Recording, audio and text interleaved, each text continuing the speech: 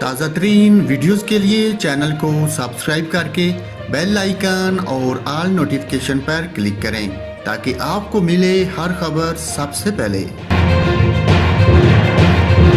طوفان سے کراچی میں موسلا دھار بارشیں بھی متوقع ہیں۔ محکمہ موسمیات کے مطابق طوفان کا رخ شمال اور شمال مشرقی سمت ہے۔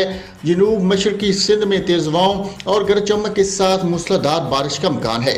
اس دوران ہوائیں 60 سے 80 کلومیٹر فی گھنٹہ کی رفتار سے چل سکتی ہیں، جبکہ اس سے کراچی، ٹھٹھہ، سجاول، بدین، ترپارکر اور میرپور خاص میں 13 جون کی شام یا رات سے موسلا دھار بارشیں متوقع ہیں۔ محکمہ موسمیات نے بتایا کہ تیز ہواؤں کے باعث کمزور تعمیرات کو نقصان پہنچ سکتا ہے۔ طوفان کی بحیرہ اعظم میں موجودگی تک سمندر میں شدید طغیانی رہے گی۔ ماہی گیر آج سے سمندری طوفان کے اختتام تک کھلے سمندر میں نہ جائیں۔ محکمہ موسمیات کا سائیکلون وارننگ سینٹر سسٹم کو مانیٹر کر رہا ہے۔